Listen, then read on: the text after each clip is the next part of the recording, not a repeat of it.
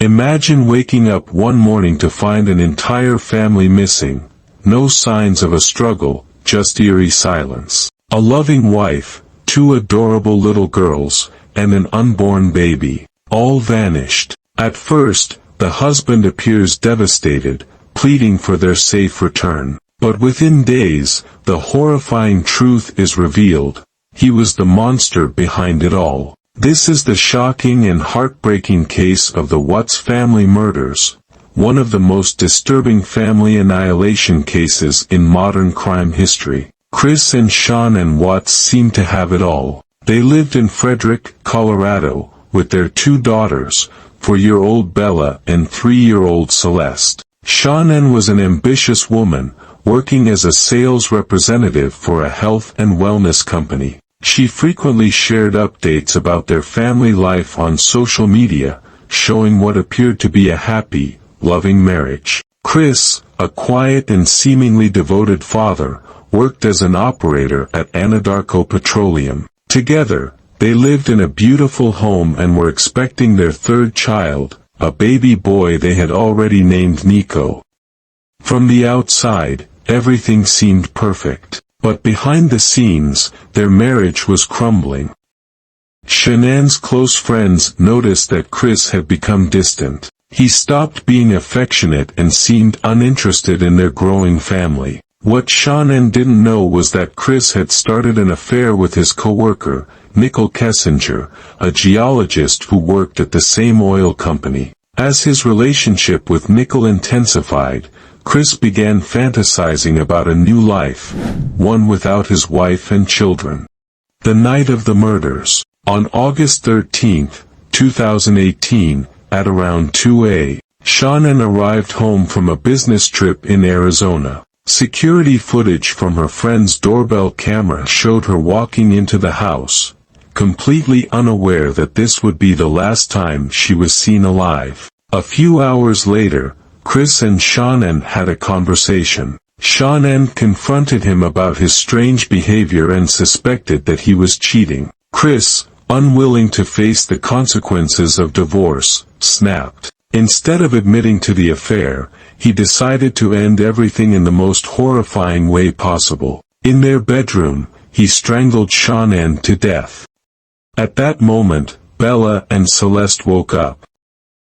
The girls, confused and scared, saw their mother lying lifeless on the bed. Instead of comforting them, Chris coldly told them that everything was fine. He then wrapped Shanann's body in a sheet and carried it downstairs. The 2 little girls, still in their pajamas, watched as their father loaded their mother's body into his truck. But the horror wasn't over yet. Chris put both Bella and Celeste in the back seat, still alive, and drove 45 minutes to a remote oil site owned by his company. The children sat in silence, holding on to each other, completely unaware of what was about to happen. When they arrived, Chris took Celeste first. He smothered her with her favorite blanket and dropped her tiny body into an oil tank. Bella, watching everything, begged her father, "Daddy, please don't do to me what you did to Cece." But his heart was ice cold. He killed Bella the same way and placed her in another oil tank. Finally, he buried Shanann's body in a shallow grave nearby. The investigation begins. Later that morning, Shanann's friend Nicole Atkinson became worried. Shanann had missed an important doctor's appointment and wasn't answering her phone. Nicole immediately called Chris, who acted strangely indifferent, saying she was probably at a friend's house. Concerned, Nicole called the police. Officers arrived at the Watts home to do a welfare check. Body cam footage from the visit shows Chris pretending to be worried, but his behavior raised suspicions. He was overly calm, fidgety, and unbothered by the growing concern. In a desperate attempt to appear innocent, he even went on national television, pleading for his family's return. But his act was unraveling. Investigators quickly discovered that Chris had been having an affair. They also found his stories inconsistent. Suspicious of his behavior, the police brought him in for questioning and had him take a polygraph test. The results were undeniable. Chris Watts was lying. At first, Chris stuck to his lie. He claimed that Shanann had killed the children in a fit of rage, and he had killed her in response. But detectives weren't buying it. His father, Ronnie Watts, was brought in to speak with him. In a shocking moment, Chris finally broke down and admitted to the murders. But he tried to twist the truth, saying Shanann was the one who hurt the children first. Investigators knew Chris was still lying. The autopsy reports would later confirm that Shanann had not harmed her daughters. Chris was the sole killer. Under mounting pressure, he finally admitted that he had strangled Shanann and smothered Bella and Celeste. His reason?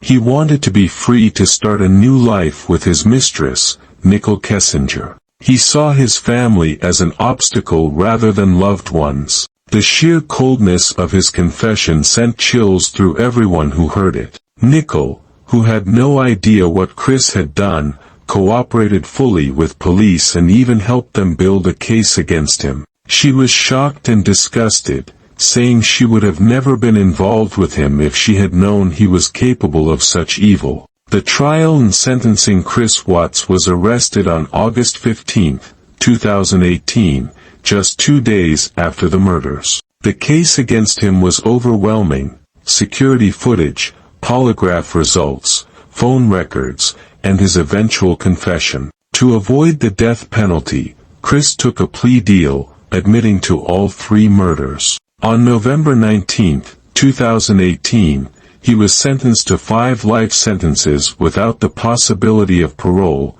plus an additional 48 years for unlawful termination of a pregnancy and 36 years for tampering with bodies. During his sentencing, Shanann's parents spoke in court, their voices filled with pain and anger. They described the heartbreak of losing their daughter and grandchildren in such a brutal way. Even Chris's mother, Cindy Watts, tearfully begged him to explain why he had done it. But there was no real explanation, only pure selfishness and cruelty. Chris showed little emotion as the judge condemned him to spend the rest of his life behind bars. The judge described his actions as the most inhumane and vicious crime imaginable. After his sentencing, more horrifying details emerged. Investigators revealed that Chris had been planning the murders for weeks. He had researched how to get rid of your family and how to start a new life before committing the crime. Even more disturbing, he later gave a chilling jailhouse confession, revealing details of the murders in a recorded interview with investigators. He admitted that Bella fought back, biting her tongue as she struggled against him. She was the last to die, fully aware of what had happened to her mother and sister. Despite his cold and calculated actions, Chris later claimed to regret everything, saying he was haunted by visions of his family. But to this day, many believe his regret is only because he got caught. The legacy of the case, the Watts family murders, shocked the world. The case became the subject of countless documentaries, books, and even a Netflix documentary titled American Murder: The Family Next Door. People couldn't understand how a seemingly normal man could commit such monstrous acts. Psychologists speculated that Chris suffered from narcissistic personality disorder,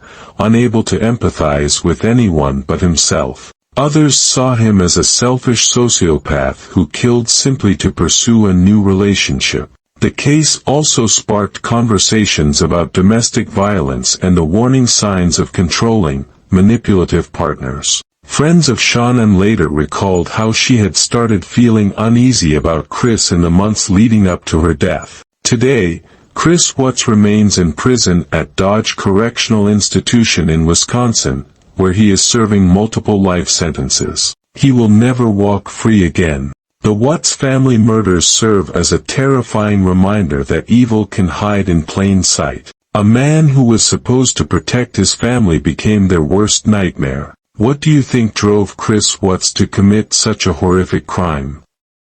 Was it premeditated, or did he snap under pressure? Let us know your thoughts in the comments. If you found this case as chilling as we did, don't forget to like, subscribe, and hit the notification bell for more true crime stories. Until next time, stay safe, and be aware, sometimes, the people closest to us are the ones we should fear the most.